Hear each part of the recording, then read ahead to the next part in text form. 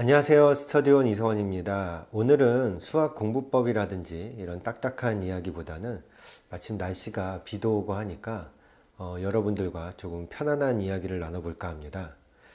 맨날 뭐 공부를 어떻게 해야 된다, 뭐 이렇게 하는 건 잘못하는 거다, 뭐 어떻게 해야 된다라고 하니까 또 그런 이야기를 들으시는 분들이 피곤해 하실 수도 있을 것 같아서 가끔은 이렇게 그냥 편안하게 들을 수 있는 이야기를 한번 해보려고 하는데요. 제가 최근에 또는 요 몇 년 사이에 학생들을 가르치면서 예전하고는 조금 다른 어떤 느낌이 있을 때가 있거든요.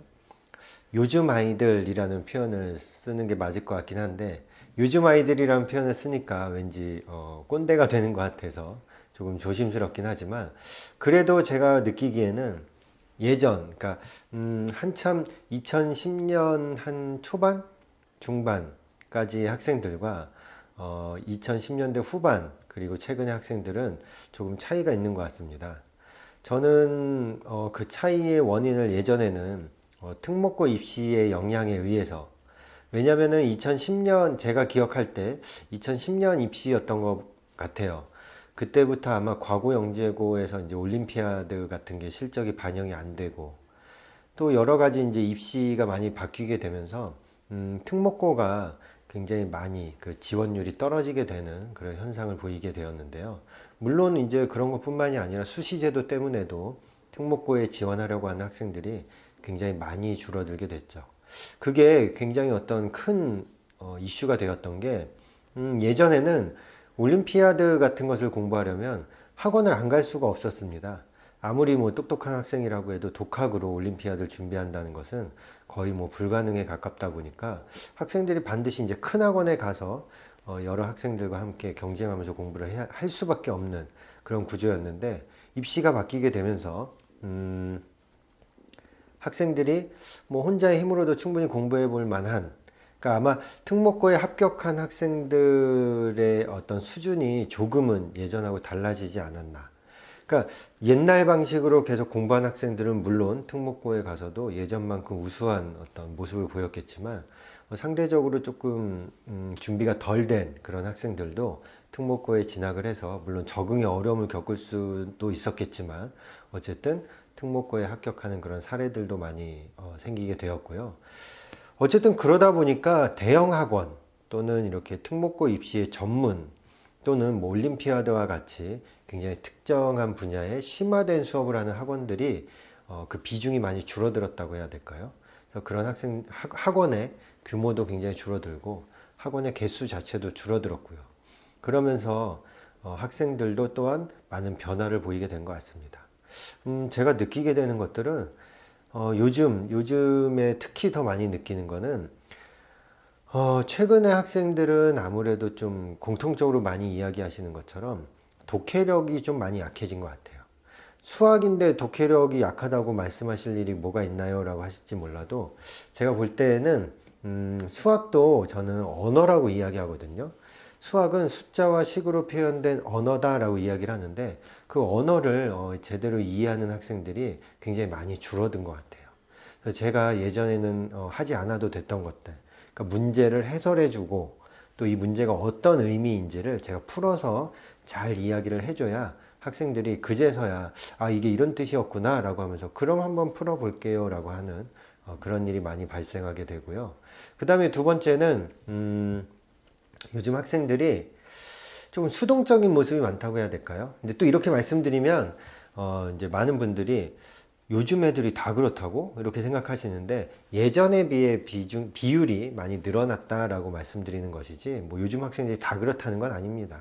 요즘도 뭐 공부를 잘 하고 있고 굉장히 자기 주도적으로 잘하고 있는 학생들이 있는데, 이 이야기는 무슨 뜻이냐면 몇 년 전에 한참 자기주도 학습 열풍이 일었던 적이 있어요. 그래서 학원들도 자기주도 학습이라는 타이틀을 걸고 여러 가지 프로그램을 진행하는 경우들을 많이 봤는데, 근데 그거에 비해서 최근 학생들의 자기주도 학습 성향이 굉장히 좀 약하다고 해야 될까요? 오히려 저는 예전보다 더 학원에 많이 의존하고, 누군가가 도와주고 플랜을 짜주고 하지 않으면 자신의 힘으로는 뭔가를 제대로 하지 못하는 그런 경우를 많이 보는 것 같습니다.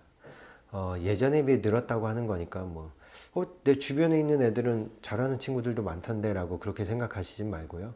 그런 학생들이 좀 예전에 제가 만났던 학생들 중에서는 그런 학생이 한 10% 정도 됐다고 하면 최근에는 제가 느끼기에는 체감상 한 3, 40% 선까지 늘었다고 할까요? 물론 이제 과반수는 그래도 잘 하는 것 같지만 저희 학원이 그래도 나름대로 이 지역에서 좀 잘하는 학생들이 모이고 공부에 대한 좀 열정이 있는 학생들이 온다라고 함에도 불구하고 제가 느끼는 게 이 정도라고 하면 아마도 좀 다른 원장님들께서는 더 많은 어떤 비율로서 느끼고 계시지 않을까라는 생각이 들기도 합니다.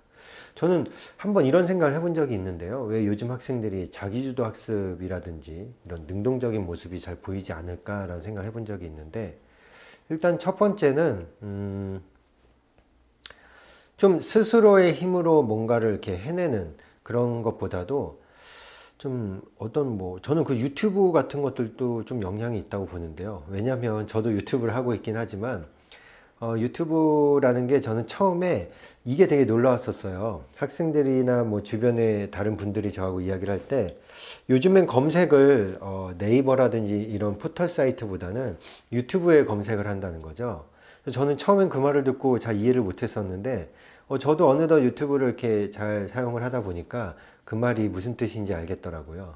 왜냐하면 우리가 예전에 물건을 사면 설명서가 있죠. 그래서 그 설명서를 보고 이게 무슨 말인지를 기계를 옆에다 놓고서 이렇게 하나하나 적용을 하고 조작도 해보고 하면서 이게 이런 뜻이구나라고 확인을 하고 이런 작업을 거쳐야 했는데, 지금은 유튜브라는 영상 매체가 있다 보니까 설명서라는 게 필요가 없는 것 같아요. 저도 최근에 어떤 물건을 사면 설명서를 본 일이 거의 없다고 해도 될 것 같은데요. 아마 설명서는 보자마자 그냥 어딘가에 처박아 둔 것 같은데, 그냥 하다가 잘 모르겠으면 유튜브에 보면 워낙 영상으로 설명이 잘 되어 있으니까 아무래도 글로 된 설명보다는 영상으로 된 설명이 훨씬 더 익숙하겠죠. 그러니까 그냥 찾아보면 가르쳐 주거든요.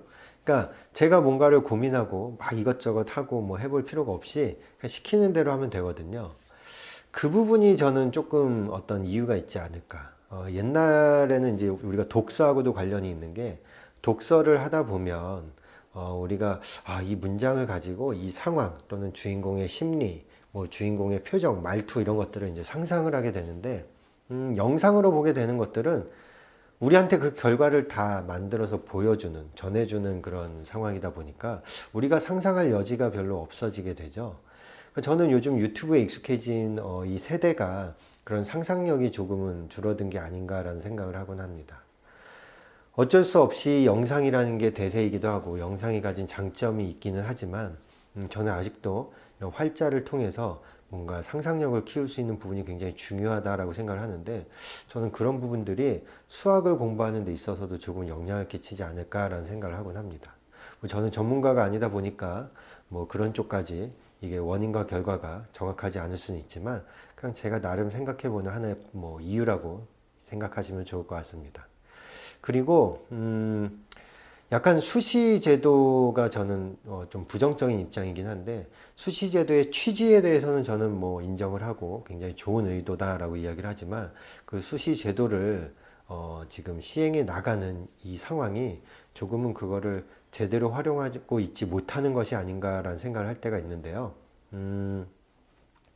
저는 그것을 현장에서 좀 어떻게 느끼냐면, 학생들이 아무래도 좀 수시를 공부를 좀 더 깊이 있고 공부에 좀 더 이렇게 내가 어떤 목표를 가지고 그 목표에 필요한 것들을 좀 더 깊이 있게 공부하고 자기주도적으로 하기를 원하는데, 그 취지하고는 다르게 학생들이 정말 나한테 필요한 것만, 내가 입시에서 성공하기 위해 필요한 전략적으로, 전략적인 공부를 한다는 게 좀 문제인 것 같아요. 그러니까 말 그대로 그냥 스펙 쌓기 놀이를 한다고 생각하면 좋을 것 같은데요.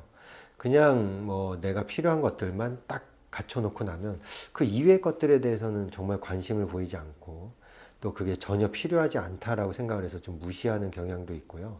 그러다 보니까 좀 학문이라는 게 저는 하나의 인간이 성장하는 어떤 도구라고 생각을 하는데, 성장의 도구라기보다는 아까 말씀드린 대로 그냥 내가 뭔가를 쟁취하기 위한 하나의 그냥 스펙으로 전락하고 있는 게 아닌가라는 생각이 들 때가 있거든요. 그래서 제가 수학을 공부하는 방법에 대해서 굉장히 많이 영상을 올리고 여러 가지 말씀을 드리는데 이런 반응인 것 같아요.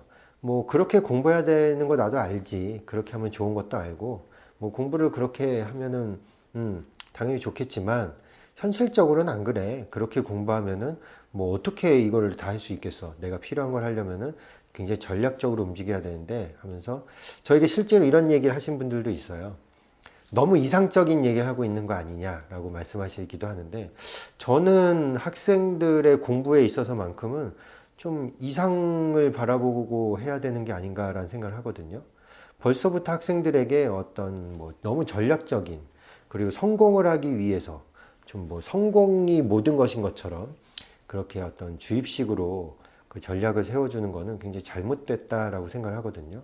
그런 것들은 실패를 통해서도 얻을 수 있는 게 별로 없고 또 성공을 한다고 해도 그게 과연 성공이라고 말할 수 있을까라는 저는 좀 회의적인 어떤 시각을 가지고 있는데요. 그래서 저는 꼭 수학이 아니더라도 뭐 수학을 잘 못할 수도 있죠. 어려워할 수도 있고 수학에 흥미를 가지지 못할 수도 있는데 그렇더라도 이렇게 공부라는 걸 통해서 학습이라는 걸 통해서 하나의 인간이 좀 더 성장하는 좀 경험을 한번 할 수 있고 그게 본인의 어떤 인생에 있어서 굉장히 큰 자산이 될 수 있다라고 생각을 하는데 좀 요즘에는 그런 부분을 너무 등한시하는 것 같아서 그러니까 뭐 생활기록부에 기록되는 어떤 몇 가지 몇 줄 막 선생님의 멘트 이런 것 때문에 학생들이 그런 거에 노예가 되어가는 건 아닌가라는 생각을 하곤 합니다. 그러다 보니까 공부가 점점 더 재미가 없고 지쳐가겠죠. 그러다 보니까 자기주도 학습 뭐 이런 거는 너무 이상적인 얘기로 들리는 것 같고 그런 것 같은데 좀 아쉽다는 생각을 많이 합니다. 네. 예전에 학생들이 오히려 굉장히 힘든 공부를 했음에도 불구하고 성취감이라든지 어떤 한 인간으로서 뭔가를 달성했을 때 느끼는 어떤 성장 이런 것들이 저는 좀 더 컸다라는 생각이 들거든요. 지금은 그냥 뭔가 잘 요령껏 이렇게 공부한 느낌이라고 해야 될까요? 좀 그런 느낌이 들 때가 있습니다. 그래서 좀 아쉽기도 하고, 제가 예전에 가르쳤던 학생들이 뭐 지금 과외를 하기도 하고, 최근에 제가 들었던, 그게, 저는 기분이 좋았는데, 그걸 기분 좋다고 해야 될까라는 생각이 들기도 했지만, 어쨌든 기분이 좋았던 얘기가, 이 주변에 이제 과외를 하고 있는 대학생들이 있는데, 그 학생들 중에 상당수가 저희 학원 출신이다라는 이야기를 하시더라고요. 그래서 제가 왠지 좀 후배를 양성한 느낌이라고 해야 될까요? 그 학생들이 내가 가르친 학생들이 그래도 누군가를 가르치고 설명을 해줄 수 있을 정도로 실력을 잘 쌓았구나 뭐 이런 생각을 한 적이 있는데 어쨌든지 간에 예전에 가르쳤던 그런 학생들을 만나서 이야기를 해봐도 그 친구들도 이렇게 수업을 하다 보면은 많이 느끼는 것 같아요. 그래서 저의 이야기에 공감을 하고 저하고 함께 공부했던 때하고는 좀 다르게 느낌이 좀 다른 것 같다. 아이들이 아무래도 조금은 많이 바뀐 것 같다. 뭐 수학을 대하는 태도, 뭐 학습을 하는 어떤 마음가짐 이런 마인드가 많이 달라졌다라고 이야기를 하더라고요. 뭐 이런 것들이 뭐 시대의 흐름상 어쩔 수 없는 것도 있겠지만 저는 그 좀 아이들에 관한 것들 또는 이런 공부 이런 것들은 좀 불변의 어떤 영역이 있지 않을까라고 생각을 하거든요. 그런 것들은 뭐 세상이 변했다고 해서 타협하지 않고 뭐 세상이 지금 어떤 시대인데 이렇게 말하지 말고 아이들에 대해서만큼은 그래도 가장 기본적이고 이상적인 것들은 좀 지켜졌으면 하는 생각이 있는데 입시제도 같은 경우도 너무 자주 바뀌다 보니까 뭐 학생들도 그렇게 전략적으로 움직일 수밖에 없고 또 그런 거에 편승해서 학생들과 학부모님의 불안감을 조장하는 그런 학원들도 많이 있고요. 그러다 보니까 뭐 최근에도 저희 뭐 원장님들 이렇게 모임에서 나온 얘기 중에 뭐 어떤 곳에서 뭐 컨설팅 하는 거를 이제 광고하는 걸 본 적이 있는데 너무 좀 어떤 상술 이런 것들이 느껴진다고 해야 될까요? 저는 이렇게 가르치는 일만큼은 좀 그런 게 없었으면 하는데 물론 이렇게 이야기하시는 분들도 있습니다. 뭐 어차피 너희도 돈 벌려고 하는 건데 뭐 상술이란 말을 뭐 그렇게 뭐 아닌 것처럼 이렇게 포장할 필요가 있느냐 뭐 이렇게 얘기하시는데 그쵸 뭐 제가 공짜로 하는 건 아니니까요. 그렇긴 한데 그래도 학생들하고 저하고의 관계에서 어떤 금전적인 뭐 이런 이야기보다는 정말 선생님과 제자잖아요. 그러니까 인간 대 인간으로서 뭐 내가 좀 잔소리를 듣거나 뭐 혼날 때도 있겠지만 또 뭐 칭찬도 많이 하긴 하지만 정말 인간 대 인간으로서 내가 많이 성장할 수 있는 그런 한 어떤 기초가 될 수 있었다. 이런 역할을 제가 조금이라도 할 수 있다면 뭐 그런 역할을 기대하는 거지. 제가 뭐 학생들을 뭐 실적을 많이 내서 뭐 그걸 가지고서 뭐 우리 학원이 뭐 엄청나게 커지길 바라고 이러진 않거든요. 그래서 학생들한테도 이야기하는 게 저는 그런 이야기를 종종 하곤 합니다. 수학을 왜 공부해야 되느냐라고 이야기할 때 뭐 수학이라는 과목을 반드시 해야 되는 뭐 이게 얼마나 중요하고 뭐 현대 사회에서 수학이라는 게 얼마나 많이 쓰이고 뭐 이런 이야기도 물론 중요하겠지만 저는 뭔가를 내가 열심히 해서 그거를 어려움을 극복해 보기도 하고 또는 내가 원했던 목표를 달성하지 못하더라도 거기 그 과정들이 나를 성장시키는 뭔가 분명히 있다라고 이야기를 하거든요. 근데 지금 학생들은 좀 그런 부분에 대해서 내가 얻을 게 별로 없어 보인다 싶으면 아예 시도를 안 하는 것들이 좀 문제인 것 같아요. 그래서 그런 부분을 제가 수업 시간을 굉장히 많이 하고 좀 더 도전하고 좀 더 부딪혀보고 그리고 누군가가 꼭 설명을 해주거나 코치가 있어야만 이걸 한번 해보는 게 아니라 내 힘으로 그냥 한 번쯤은 뭐 그냥 무작정 달려들어 보는 그런 자세가 필요하다라고 이야기를 하는데 뭐 제가 가르친 학생들은 그런 부분에 그래도 많이 공감을 해주고 그렇게 해보려고 노력을 하는 것 같은데 좀 아직은 제가 그렇지 못한 학생들을 많이 보는 것 같습니다. 젊다는 게 그리고 아직은 그 어리다라는 게 그런 장점이 있잖아요. 뭐 이 영상을 보시는 많은 학부모님께서는 공감하시겠지만 저는 예전으로 돌아가면 내가 그때로 돌아가면 난 정말 막 뭘 해보고 싶다. 뭐 그때의 결정을 바꾸고 싶다. 뭐 이런 것보다도 좀 더 마구 헤집어 보고 싶은 그런 느낌이 있거든요. 그러니까 뭐냐면 그러니까 이것도 해보고 저것도 해보고 지금은 제가 좀 조심스러워지고 아무래도 좀 몸을 사리게 되는 게 있겠죠. 제가 책임지는 것들이 더 많아지니까. 그래서 못하는 것들을 그때로 돌아간다면 그냥 막 찔러보고 싶은 느낌? 그냥 이것도 한번 막 가서 부딪혀보고 뭐 실패도 많이 경험해보고 싶기도 하고요. 그러면서 제가 다양한 경험을 쌓았다면 지금 학생들을 가르칠 때 그 친구들에게 해줄 수 있는 얘기가 더 많지 않을까라는 생각을 하기도 하거든요. 뭐 저 또한 이렇게 제가 걸어온 길, 살아온 길이 나름 좀 좁은 거일 수 있잖아요. 그러다 보니까 저의 시야라든지 어떤 저의 시선이 어떻게 보면은 좀 편협된 사고를 가졌을 수도 있으니까 그게 학생들에게 부정적인 영향을 끼칠 수도 있고 해서 이제 조심하는 편이긴 하지만 조금 더 다양한 경험을 했었다면 아이들에게 더 많은 도움을 줄 수 있지 않았을까라는 생각을 하곤 합니다. 물론 뭐 제가 수학을 전공하고 또 수학을 공부하면서 이제 느낀 것들을 뭐 지금 수학을 가르치면서 잘 쓰고 있으니까 뭐 이렇게 후회하는 게 많진 않지만 하여튼 그렇습니다.